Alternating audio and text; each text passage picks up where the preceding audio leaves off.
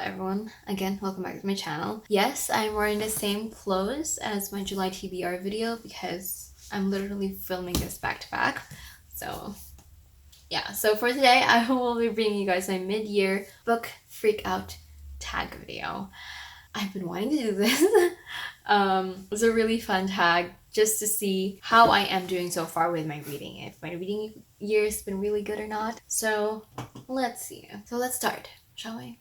The first question is the best book you've read so far in 2019. Now I have a few choices I was like looking into. It's like, maybe this, maybe this, maybe this. And I settled with Daisy Jones and the Six by Taylor Jenkins Reid. I recently finished this. I literally only finished this like a week ago or a week and a half ago.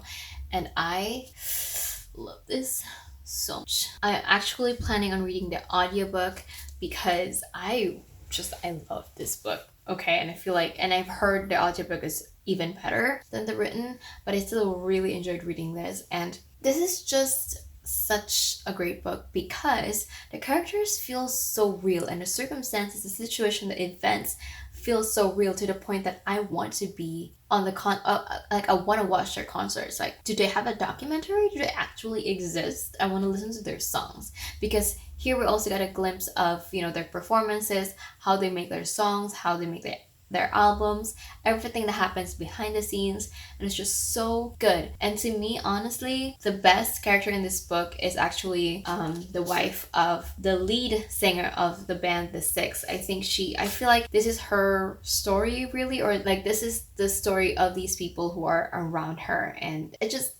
I think she's like the best character in the book, number one. And I think I just really love her. Okay, so I still really, of course, love the main characters in this book, the titler, Daisy Jones, as well as the lead singer, the leader of the band, The Six. I really enjoyed the characters too. Just everyone in this book just feels so real, and they're definitely not like 100% likable. They're not people who you're going to read about and be like, yeah, I like them. There's a lot of gray areas in who they are, and that's very, very refreshing to me. And to me, that's also very important because in a lot of books, a lot of the main characters that you are rooting for are portrayed as, you know, these very good people, and people are not all good all the time. You know, even my favorite character, as I said, Camilla, is that her name? I think that's her name. I forgot. I'm not really good at these things because I read a lot of books and I tend to forget. Anyway, I like her, but she's definitely not perfect. And I love the portrayal of these characters because they feel raw and real. And just the whole story of this, we're just following the band and their progress, and Daisy Jones and their progress, their relationships in between, the people they've been involved with, and their struggles in life and addiction, and their love for music and songwriting and performing. I just really, really enjoyed that aspect of the story. That's why I really, really loved it. It feels like a very realistic take on the stories of these people who are living not so ordinary lives. As you know, they are very popular and they make music and they share these music with people, and people follow them and listen to their music. And I really love this book. I hope they like make an actual album of Daisy Jones and the Six, although I think that's impossible. But one can wish, right? The next question is the best sequel you've read so far in 2019. I think I would say the best sequel would be Grey Sister in the Book of Ancestors series trilogy. This whole trilogy really is so good.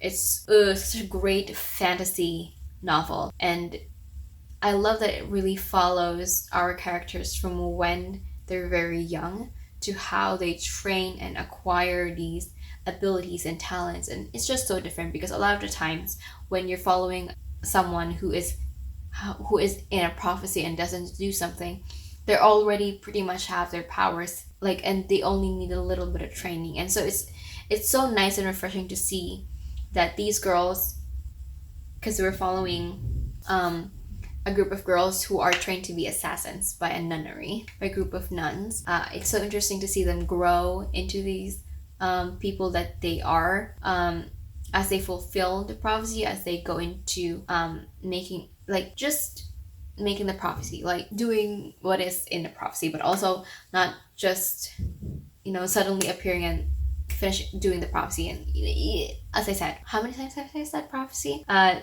see them just acquire these skills and these abilities and learn about themselves outside of these abilities and just grow up and see the world and, you know, experience different kinds of relationships. All of that it was so good to me. And I love that even though it's a fantasy book, we're not focused about just the fantasy aspect of it, or, you know, the prophecy part of it, but also again, them growing up and getting and learning about themselves and the world and their relationships and different kinds of relationships and all that. So I really like this book. It's so fast paced. There's a lot of action happening and you're just in that action, just like you're watching it, you're seeing it, and it's so good, so good. And I haven't read Holy Sister. I'm still in line to it. For some reason I canceled it. I was like, what? Why is it canceled? I don't know what I clicked in my library, but I do have it on hold right now. Let me just quickly check because... Oh, I also, for the first question, I do want to mention Little Fires Everywhere as well as Circe. Those are books that I also really, really, really enjoyed. And definitely one of my top books this year. So just want to mention those two. The third question is new release you haven't read it yet, but want to. Actually included this in my July TBR, and that is this huge, massive book, The Priory of the Orange Tree by Samantha Shannon. I haven't gotten to it yet, but I have been wanting to get into it, but because I wanted to like really just focus on this book and read it, I've been putting it off. And so finally this month, I am actually putting it on my TBR list. So, Samantha Shannon, Dragons, massive book, fantasy, high fantasy. Yes. For the fourth question is the most anticipated release for the second half of this year, and that is Five Dark Fates.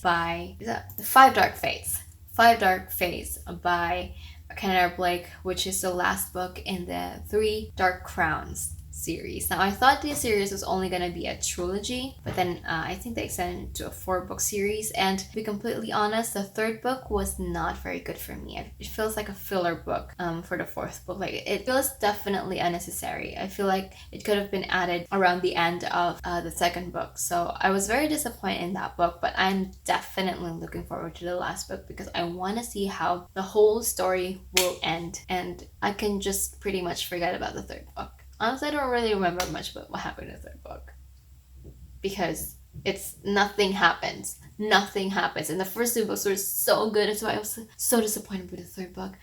Completely unnecessary, in my opinion. So the fourth book, I know I'm definitely gonna see everything go down, just what I expected in the third book. So yeah, that is my most anticipated release in the second half of this year.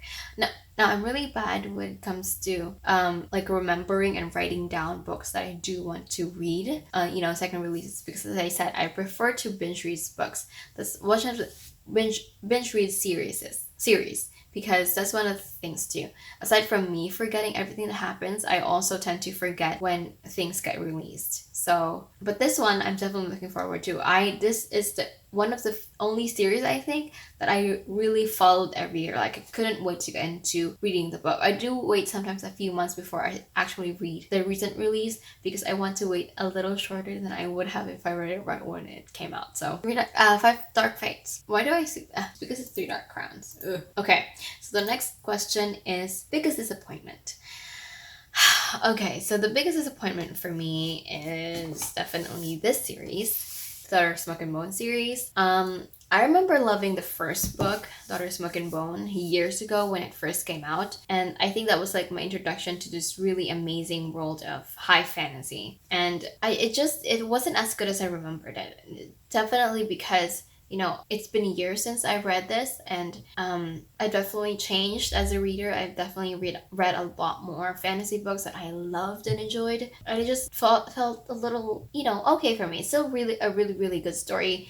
Laini Taylor's writing is undoubtedly beautiful, poetic, and just it takes you here, but there's just some aspects of it that is missing to me in the actual plot, and some of the characters, but mostly the plot. So reading this whole trilogy, I definitely had high expectations, but after the first book kind of fell flat for me, I kind of leveled my expectations down for the second and third book, and sort of as I expected, it wasn't as good as I thought it would be, and as I remember the series to be. So It's still a really good story. Again, Elaine Taylor's writing is so beautiful. It's just that it's been, my expectation for it has been really high, especially because I remember loving the first book. So that was sad. I wanted to love it as much as I remember loving the first book. But the sixth question is biggest surprise. I will definitely say that it's Pride and Prejudice by Jane Austen.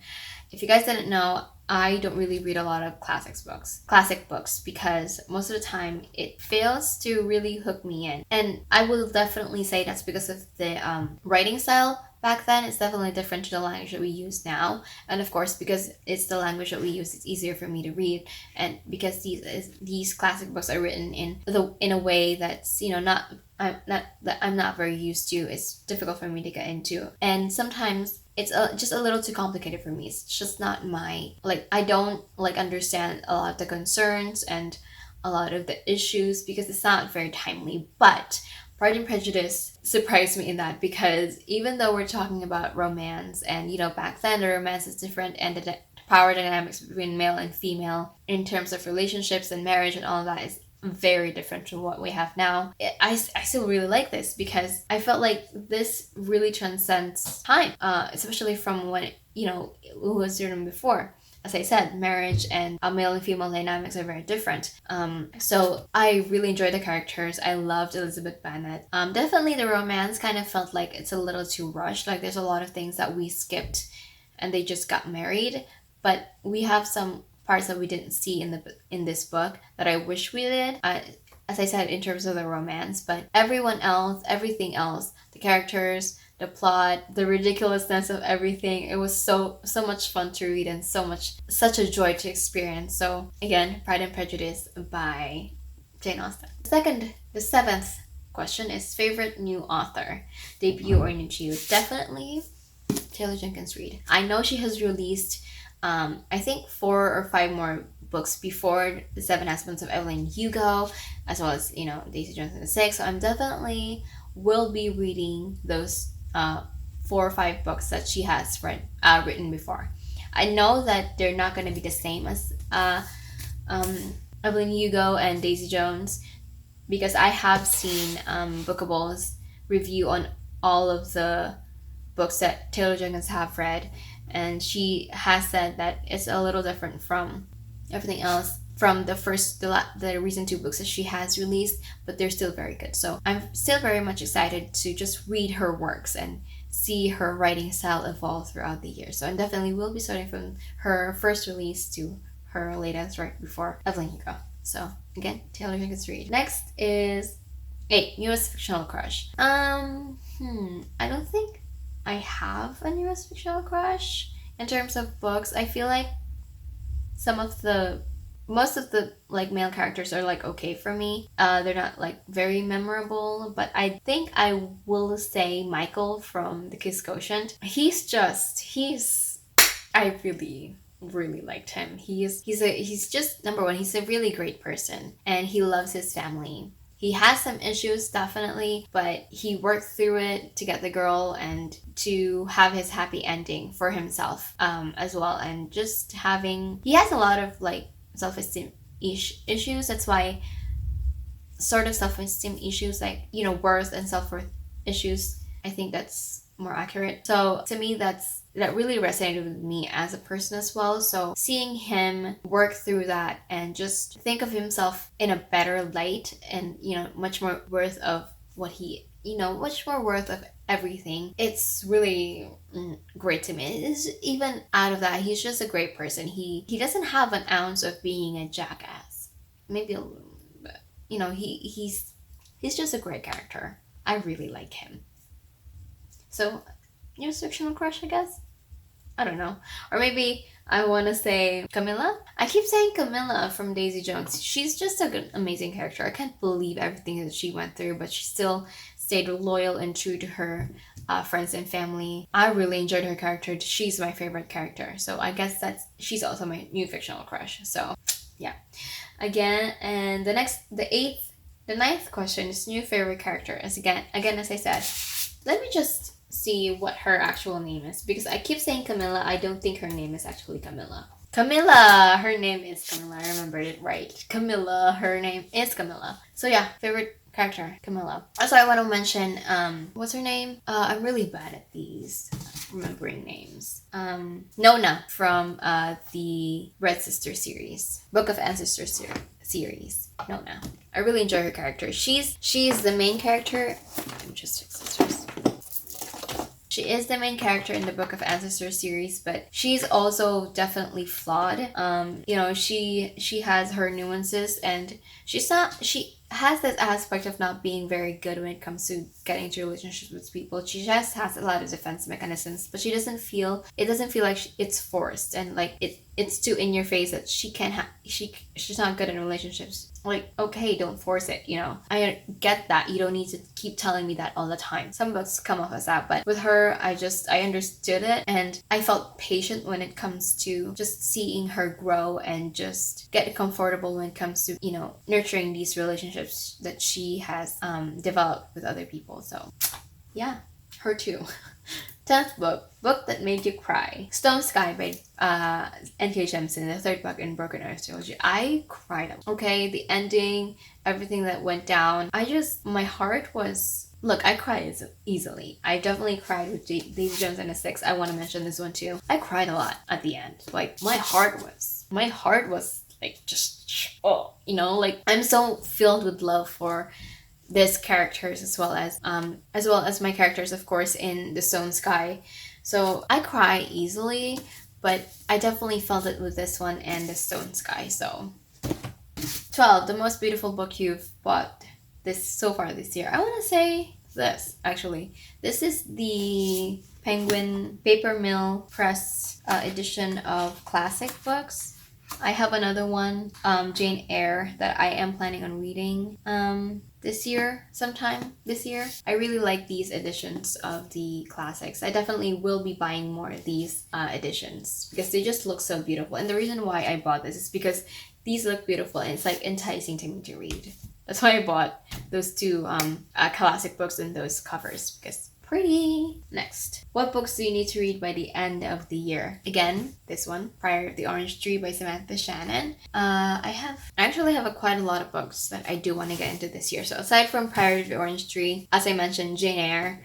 I also have Female of the Species, A Man Called Uwe, Memento. I definitely will be reading this sometime this month, I think, if I could like squeeze it in, as well as, you know, Five Dark Fates, obviously. Also there is, the Shades of Magic series. I have the second book, or the third book, Conjuring of Light. So I have the last book in the series. I still have not been able to buy the first two books because it's the only book available in Book Outlet. So I will be buying those books sometime this year and getting to the actual series, because I know V.A. Schwab is so good with writing, and I am planning on reading everything that she has come out with. And so far, this is the only thing that I haven't read.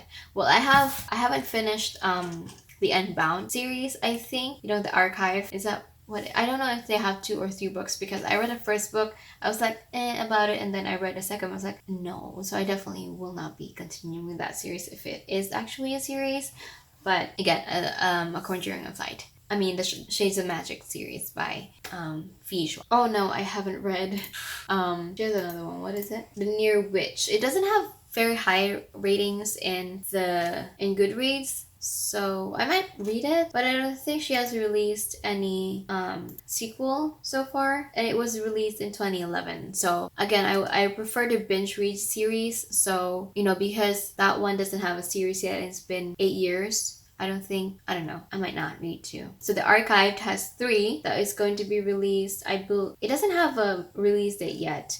The Return, which is the third book in the series, probably the last. So again, I didn't really like the 2 books by Victoria Schwab. So next question, favorite book to film adaptation you saw this year? I don't really remember a lot of the movies that I've seen this year so far, because I don't really watch a lot of movies, and I don't think I have seen any book to movie adaptations, except maybe for Everything and Ready Player One. I like those. I like the books for those. The movies I also really like, but I definitely prefer the books a lot more. So I don't think I have a favorite. I mean, I've seen those 2 from the top of my head, what I can remember, but they're not. I wouldn't say, you know, I super like them enough to call them my favorite so far. So yeah. Did All the Boys get released this year? No, I think it was last year. If it was, then definitely that one, but I think that was last year. So next, favorite video you've done so far this year. Favorite video, probably my welcome to Booktube, new to Booktube video. I can't remember the title. Again, that was just, it's memorable to me in a way because, you know, it's my official reintroduction to Booktube and me actually doing this for, I think for a year now. I think my first, is it? Like, did I start July or August? I think around this time of the year I restarted my Booktube channel, and I'm still doing it. So, and I'm really still enjoying it. So, next, favorite book community member. Ooh. Definitely my favorite channel is Reagan's Produce Project, because I've been following her for years. Her tastes in books are very similar to mine. She loves fantasy. I love fantasy. And a lot of the recommendations that she has made over the years are books that I also really, really liked. Who else? I have a lot that I've discovered this year and I've been like really enjoyed watching and reading. I think also Olivia's Catastrophe. I'm not very good when it comes to like being social and answering questions and, you know, connecting with people. It's very hard for me, but Olivia's been commenting in more than, I think, 2 to 3 videos down so far, and I've always answered her. I mean, I've always answered people who comment on my videos, but I don't know, I feel like she's like the only one really that I have actually communicated with, like actually talked with, and I follow her on Twitter and Instagram as well. So again, I'm really bad at commenting. Even though, you know, I like something, I will just click like and not comment anything. That's me. I'm a really quiet kind of subscriber and follower. So yeah, that is it for this video, I guess. This year has been really great so far. I have I have quite a few books I really enjoy reading, but I have the NF2 books this year as well, and some books I only really like, but I haven't really read a book that I hated. I mean, I have 2 DNFs. I wouldn't say I hated those books, just they didn't appeal to me. Maybe except for Meet Cute. I just have a lot of issues with that book already, like immediately in like the first 50 pages. So maybe that one. But so far, because I didn't like push myself to finish that book, I probably don't hate it as much as I would have if I did. Anyway, yeah, that is it for this video. Thank you so much for watching. Tell me what you guys think about the books that I've mentioned and the books that I'm also looking forward to reading if you guys have read it, and your thoughts, opinions, all that. And yeah, thank you so much for watching. I will see you on my next one. Bye.